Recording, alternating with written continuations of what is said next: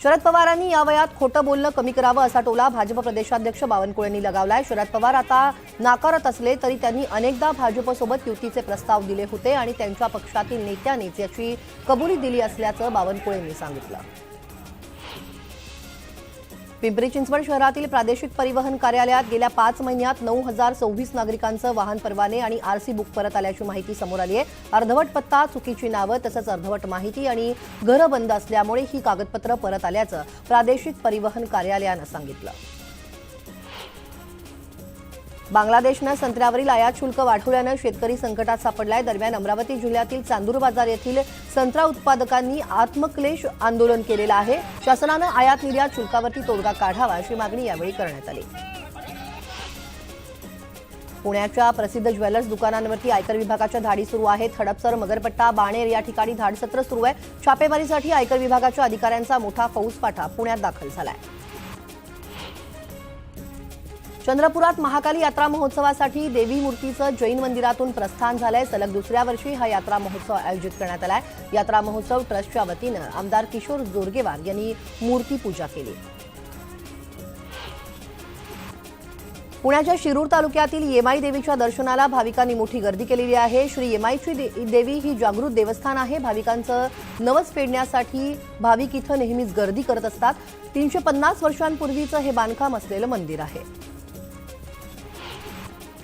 कोकणात नवरात्रोत्सवाचा उत्साह पाहायला मिळतोय। ठाकरे गटाचे खासदार विनायक राऊत यांनी त्यांच्या रत्नागिरी सिंधुदुर्ग लोकसभा मतदारसंघातील तिवरे इथं दुर्गादेवीचं दर्शन घेतलं। त्यानंतर विनायक राऊत भजनांमध्ये देखील सहभागी झाले। यावेळी त्यांनी पेटी वाजवत भजन सादर केलं।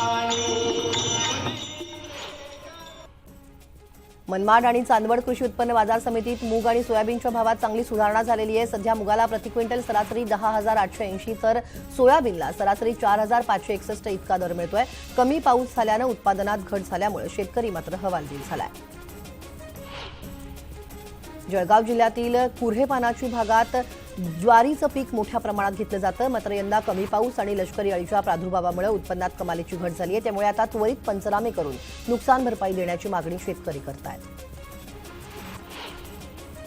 वाशिम जिल्ह्याच्या रिसोड शहरासह तालुक्यातील अनेक ठिकाणी पडलेल्या पावसानं कापणी करून ठेवलेलं सोयाबीन भिजून गेलंय। या पावसामुळे सोयाबीन काळं पडून त्याला बाजारात कमी दर मिळण्याची शक्यता शेतकऱ्यांना आता सतावू लागली आहे। आधीच उत्पादनात कमी दर मिळालेला असताना उत्पादनात घट झाल्यानं शेतकरी हवालदिल झालाय।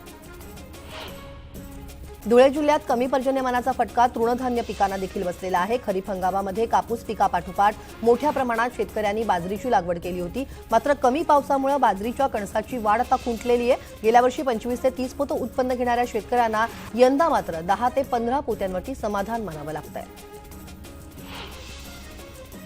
पावसाच्या खंडामुळे राज्यातील अनेक जिल्ह्यांमध्ये पीक उत्पादनात मोठी घट झालेली आहे। परिणामी 23 जिल्ह्यांमधील सुमारे 456 महसूल मंडळामध्ये दुष्काळ सदृश परिस्थिती निर्माण झाली आहे। दुष्काळ जाहीर करण्यासाठी आता कृषी विभागानं 15 जिल्ह्यांमधील 42 तालुक्यांमध्ये पिकांची आणि आर्द्रतेची स्थिती पडताळणीचं काम हाती घेतलंय।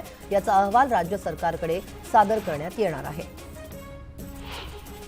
नाशिकच्या पिंपळगाव बाजार समितीत उन्हाळी कांद्याला या सत्रात बुधवारी पहिल्यांदाच 3,960 असा उच्चांकी दर मिळालेला आहे। बळीराजानं समाधान व्यक्त केलंय। पिंपळगाव कृषी उत्पन्न बाजार समितीच्या मुख्य बाजार आवारात उन्हाळी कांद्याची आवक सुरू झाली आहे। बुधवारी 13,500 क्विंटल कांद्याची आवक झाली आहे।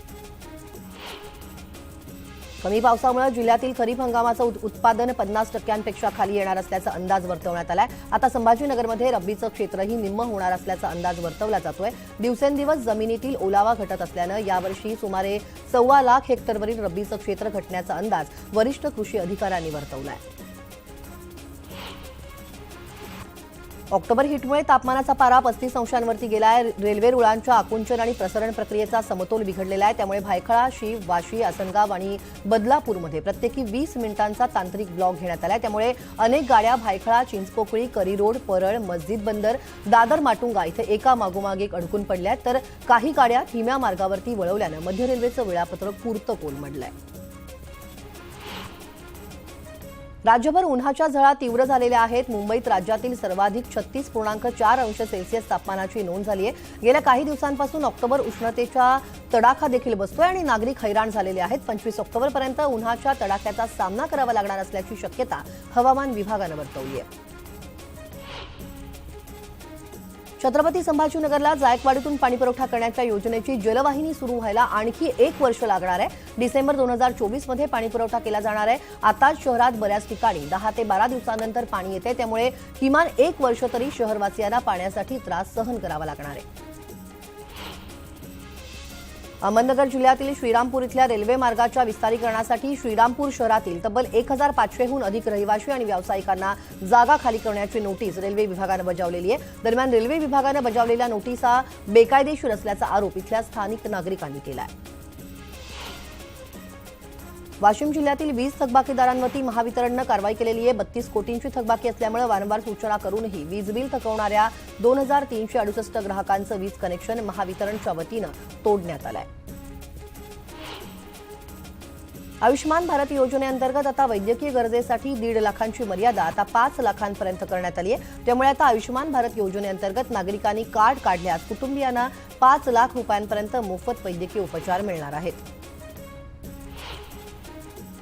वर्ध्याच्या सेलू तालुक्यातील केळझर ते दहेगाव रस्त्याची दुरावस्था झाली आहे. रस्त्यावर पडलेल्या खड्ड्यांमुळे अपघातांचं प्रमाण वाढलंय, त्यामुळे ग्रामस्थांनी रस्ते दुरुस्तीची मागणी केली आहे. गोंदियाच्या आमगावमध्ये बाग पाटबंधारे विभागाचा कालवा फुटल्यानं पाण्याचा अपव्यय होतोय. वारंवार निवेदन देऊनही पाटबंधारे विभाग दुर्लक्ष करत असल्याचा आरोप इथल्या नागरिकांनी केलाय. त्यामुळे आता पाटबंधारे विभागानं त्वरित लक्ष देऊन कालवा दुरुस्त करावा अशी मागणी आता जोर धरू लागली आहे. अमरावती शहरातील नागरी वस्तीमध्ये बिबट्याचा वावर पाहायला मिळतोय. वर्दळीच्या ठिकाणी बिबट्या बिनधास्त वावरतोय आणि हे सीसीटीव्ही कॅमेऱ्यात कैद झालंय, त्यामुळे नागरिकांमध्ये भीतीचं वातावरण निर्माण झालंय. सोलापुरातील 855 गावांमध्ये जलजीवन मिशन राबवलं जाणार आहे. त्यासाठी मंजुरी मिळालेली आहे. त्यासाठी तब्बल 833.56 कोटी रुपयांचा खर्च अपेक्षित आहे. सध्या 830 गावांमध्ये योजनेअंतर्गत कामं सुरू आहेत. योजना कार्यान्वित झाल्यानंतर प्रत्येक कुटुंबाला योजनेच्या खर्चावरून अंदाजे 1200 ते 1,500 रुपयांची वार्षिक पाणीपट्टी आकारली जाणार आहे. पाणीपट्टीतून वसूल होणारी रक्कम त्याच योजनेच्या देखभाल दुरुस्तीवरती खर्च केली जाणार आहे. वीज ग्राहकांना त्यांच्या मर्जीनुसार वीज वापराचा खर्च निश्चित करण्याचा अधिकार देणारे प्रीपेड स्मार्ट मीटर राज्यभर बसवण्याची तयारी सुरू झाली आहे. महावितरणच्या 2,41,00,000 ग्राहकांचे पारंपरिक मीटर बदलण्यात येणार आहेत. मीटर बसवल्यावरती ग्राहक मोबाईल फोनप्रमाणे विजेसाठी पैसे भरून वीज वापरतील आणि विजेसाठी किती खर्च करायचा हे निश्चित करता येईल. ट्रेनच्या पॅन्ट्री कारमध्ये चक्क उंदीर अन्न पदार्थांच्या आजूबाजूला फिरताना तसंच ते अन्न खाताना दिसतोय. लोकमान्य टिळक टर्मिनस मडगाव एक्सप्रेसमधल्या पॅन्ट्री कारचा हा व्हिडिओ असल्याचं समोर आलेलं आहे. याबाबत रेल्वे अधिकाऱ्यांनी सारवासारव केल्याचा प्रशासनाचा दावा आहे. आणि एक ब्रेकिंग बातमी, मराठा आरक्षणासाठी मुंबईत एका आंदोलकानं आत्महत्या केल्याचा दावा करण्यात येतोय. मुंबईतल्या वांद्रे रेल्वे स्थानकाजवळ या व्यक्तीनं आत्महत्या केली आहे. सुनील कावळे असं या व्यक्तीचं नाव आहे. आत्महत्येपूर्वी मराठा आरक्षण एकच मिशन अशी चिठ्ठी लिहिल्याचं नातेवाईकांनी सांगितलंय. ते जालना जिल्ह्यातल्या अंबड तालुक्यातील चिकनगाव येथील रहिवासी असल्याचं कळतंय.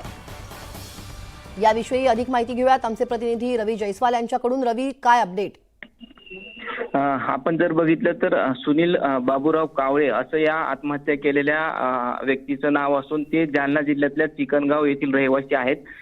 ते एक संभाजीनगर येथील एका बिल्डरकडे ड्रायव्हर म्हणून काम करायचे आणि घरी जाताना त्यांनी कामाला चाललो असं सांगून ते जे आहे ते घरातून निघून गेले आणि आज पहाटे त्यांनी वांद्रे रेल्वे स्थानकात गळफास घेऊन आत्महत्या केल्याची माहिती जी आहे ती समोर आलेली आहे. आणि आत्महत्या करण्यापूर्वी त्यांनी चिठ्ठी लिहून ठेवली आणि त्या चिठ्ठीमध्ये मराठा आरक्षणाचा उल्लेख आहे आणि मराठा आरक्षणासाठी मी बलिदान देत आहे अशा पद्धतीचा उल्लेख जो आहे तो त्यांनी त्या चिठ्ठीमध्ये केलेला आहे. मी कोणाबरोबर मुंबईला आलेलो नाहीये, तर मी समाजासाठी बलिदान देत आहे अशा पद्धतीची चिठ्ठी जी आहे ती त्यांनी या आत्महत्या करण्यापूर्वी लिहून ठेवलेली आहे.